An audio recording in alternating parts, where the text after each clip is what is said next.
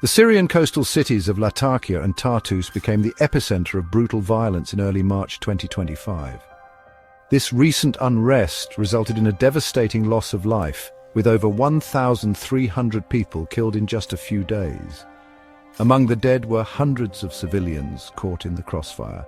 The Syrian Observatory for Human Rights, a monitoring group, reported that many of the killings were executions. They noted a particularly disturbing trend of violence targeting Alawites, a minority group that had been loyal to the former president. These latest clashes are a grim reminder of the deep-seated divisions that continue to plague Syria. The recent surge in violence began with a deadly ambush on March 6, 2025. Pro-Assad gunmen killed 16 government forces in Latakia, sparking a wave of retaliatory attacks.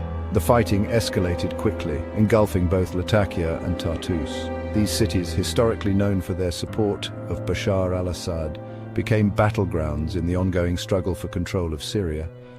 The violence has left residents terrified and uncertain about the future.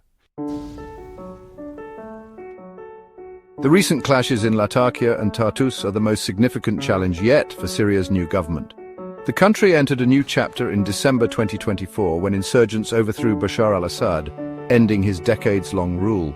This victory paved the way for the establishment of an Islamist-led government. Ahmed al-Shara, a former al-Qaeda leader, assumed the role of interim president, promising to usher in an era of peace and stability. However, the transition has been anything but smooth. The new government faces an array of daunting tasks, including disarming militias, rebuilding shattered infrastructure, and healing sectarian divisions. The recent violence highlights the fragility of the situation and underscores the challenges ahead for al-Shara's administration. The international community is watching closely to see how the government will address the crisis and what steps it will take to prevent further bloodshed. In response to the escalating violence, the Syrian government imposed curfews in Latakia and Tartus. Military reinforcements were deployed to quell the unrest and restore order. Interim President al-Shara addressed the nation, appealing for calm and unity. He acknowledged the need for accountability and pledged to investigate the killings. Al-Shara also announced the formation of two committees, one to investigate the violence and another to promote civil peace. The international community has expressed concern over the violence and called for restraint.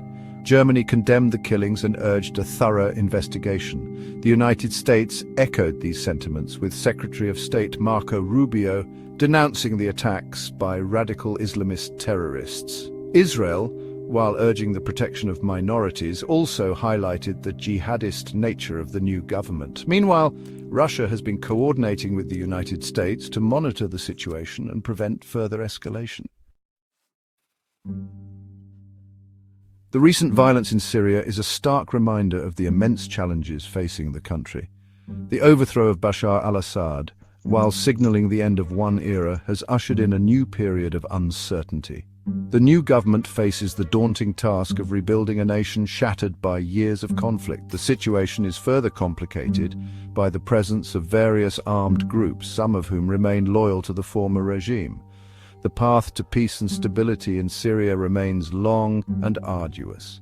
The international community has a crucial role to play in supporting the new government's efforts to rebuild the nation and foster reconciliation.